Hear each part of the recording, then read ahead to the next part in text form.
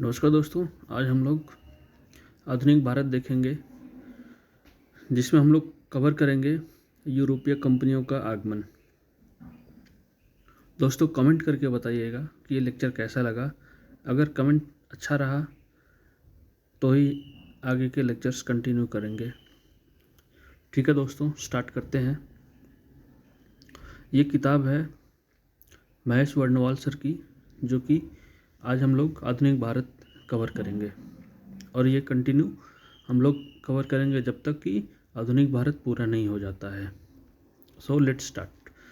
पुर्तगालियों और स्पेनियों ने भौगोलिक खोज का युग का आरंभ किया। पुर्तगाल के राजकुमार हेनरी द नेविगेटर के सतत प्रयासों से ही भौगोलिक खोजों के अभियान में बल मिला।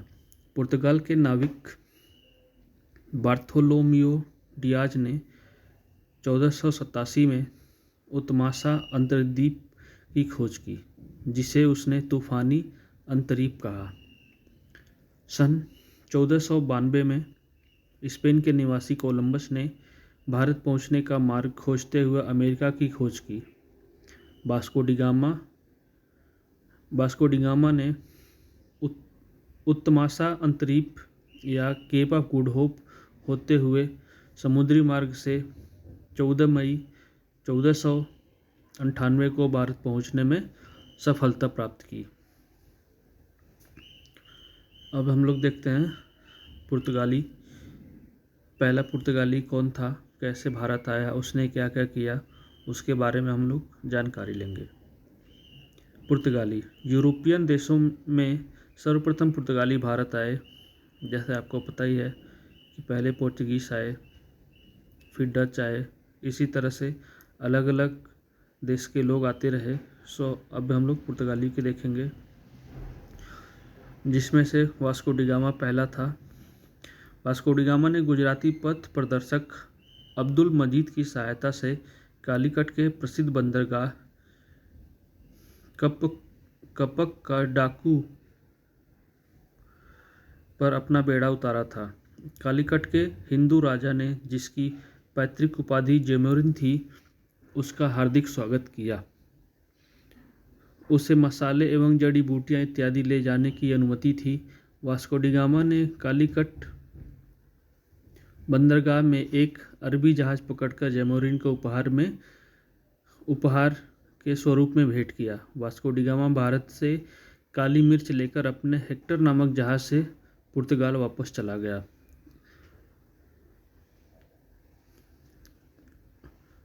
जो वास्को डिगामा था वो हेक्टर नामक जहाज से आया था।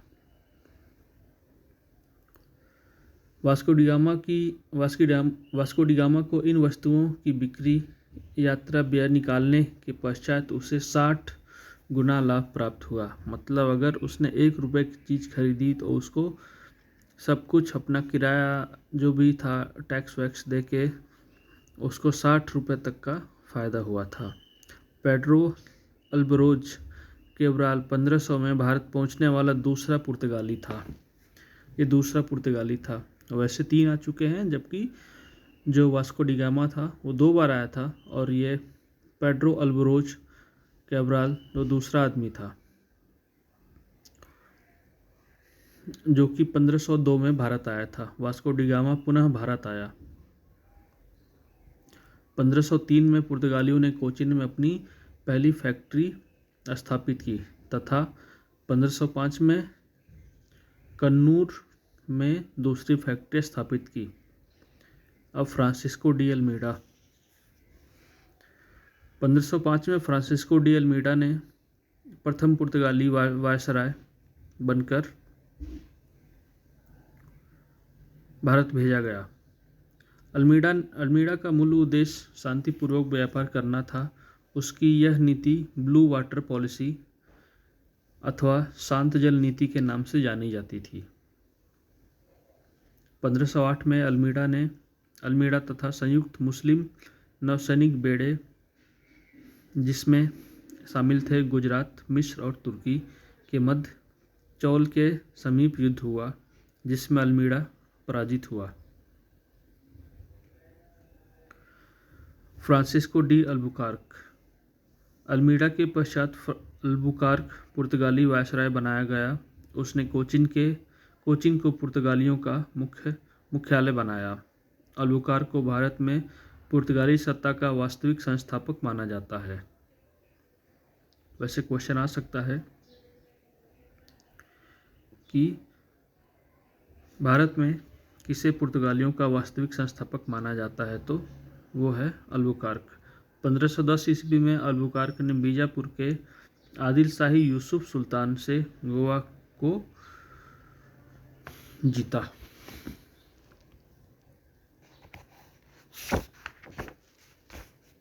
उसके बाद अल्बुकार्क ने विजयनगर के शासक कृष्णदेव राय से मिलकर भटकल में एक किला बनाने का आदेश प्राप्त किया था।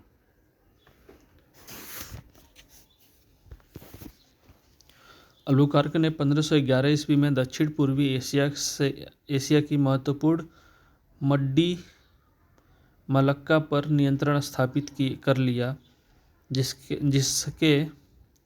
उसके फारस की खाड़ी में स्थित होर्मुज पर अधिकार 1515 ईस्वी में कर लिया। अल्बुकार्क भारत में अस्थायी पुर्तगीज आबादी बसाना चाहता था, इसलिए उसने पुर्तगालियों को भारतीय स्त्रियों से विवाह करने के लिए प्रोत्साहित किया। 1515 ईस्वी में गोवा में प्रथम चर्च का निर्माण किया गया, जिसका नाम था सेंट जेवियर चर्च। अल्बुकार्क ने अपने क्षेत्र में सती प्रथा पर प्रतिबंध लगा दिया, जो कि 1515 ईस्वी में उसकी मृत्यु के पश्चात पुर्तगाली भारत की सबसे प्रबल जल शक्ति बन चुके थे। Nino da Cunha. उसने 1530 ईस्वी में सरकारी कार्यालयों को कोचीन से गोवा स्थानांतरित कर दिया। इस प्रकार गोवा भारत में पुर्तगाली राज्यों का औपचारिक राजधानी बन गया। कुन्हा ने 1534 में कृष्णा बेसिन पर और 1535 में दीव पर अधिकार कर लिया। इसका गुजरात के शासक बहादुर शाह से कृष्णा बेसिन के विषय में समझौता हो गया, परंतु वहां दीवार खड़ी करने के प्रश्न पर बहादुर शाह से पुर्तगालियों का संघर्ष हुआ, जिसमें बहादुर शाह समुद्र में गिरकर डूब गया। पुर्तगालियों ने समुद्रिक भारतीय साम्राज्य को एस्तादोन द इंडिया नाम दिया। उन्होंने हिंद महासागर में रहने वाले व्यापारियों को नियंत्रण करने के लिए उन पर कर लगाने का प्रयास भी किया। पुर्तगालियों ने कार्टेज, अर्माडा, कैफाइल सिस्टम द्वारा एशियाई व्यापारों पर गहरा प्रभाव डाला। पुर्तगाली अपने आप को सागर के स्वामी कहते थे तथा कार्टेज अर्मेडा व्यवस्था को उचित ठहराते थे। इस व्यवस्था के अंतर्गत कोई भी भारतीय या अरबी जहाज पुर्तगाली अधिकारियों से कार्टेज में परमिट लिए बिना अरब सागर में नहीं जा सकती थी।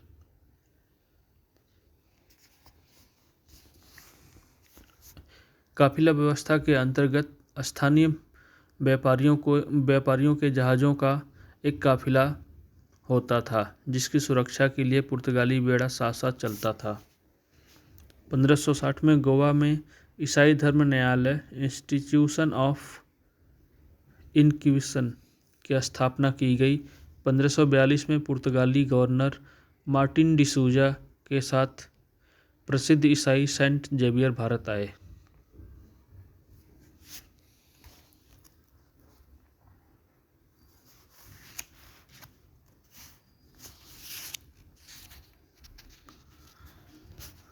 उसके बाद हम लोग देख लेते हैं यहाँ पे भारत में विदेशी कंपनियों का आगमन।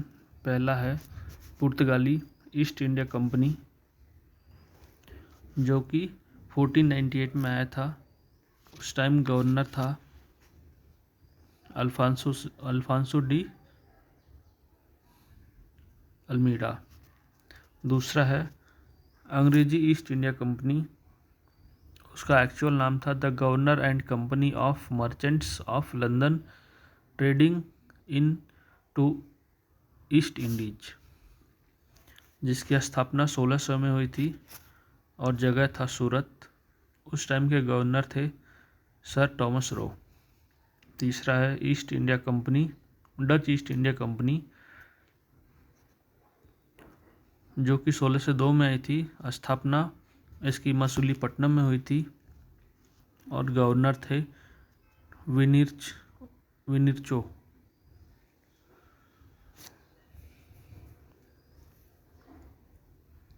फिर है डेनिश ईस्ट इंडिया कंपनी, जो कि 1616 में सूतानाती में आई थी। उस टाइम के गवर्नर थे डिहस्तमान।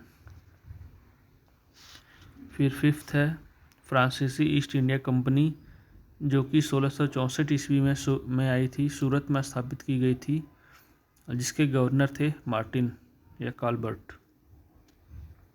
लास्ट है स्वीडिश ईस्ट इंडिया कंपनी, जो कि 1731 ईस्वी में आई थी और यह गोहनबर्ग में स्थापित की गई थी, जिसके गवर्नर थे विलियम यूसोलिक्स।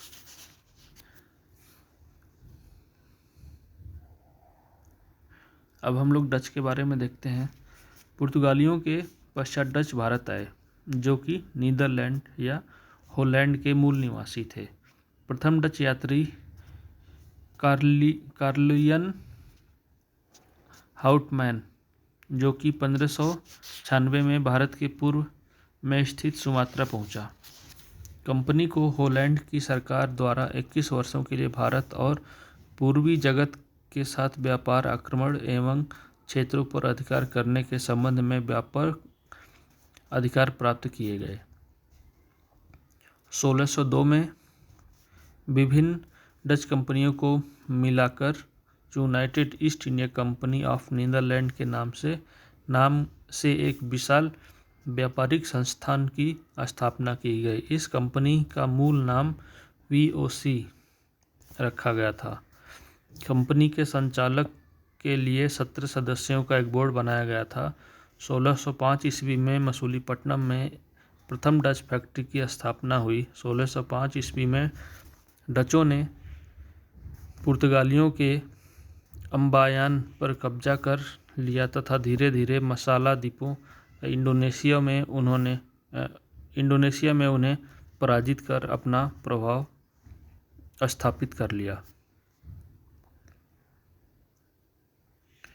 1610 में डचों ने चंद्रगिरी के राजा के साथ समझौता कर पुलिकट में एक अन्य फैक्ट्री की स्थापना की तथा इसे अपना मुख्यालय बनाया। डचों ने यहीं पर अपने स्वर्ण सिक्के पगोड़ा की ढलाई की थी। डचों ने जकार्ता को जीतकर 1619 ईस्वी में बैटिवा नामक नगर बसाया।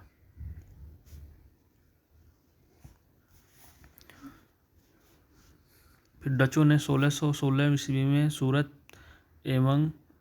में एवं 1641 ईस्वी में विमलीपट्टनम में फैक्ट्रियों की स्थापना की। बंगाल में एक प्रथम डच फैक्ट्री की स्थापना पीपली में 1627 ईस्वी में की गई। 1658 में डचों ने कासिम बाजार, बालासोर, पटना और नागपट्टनम में अपनी फैक्ट्रियां स्थापित की। औरंगजेब ने 1664 ईस्वी में डचों को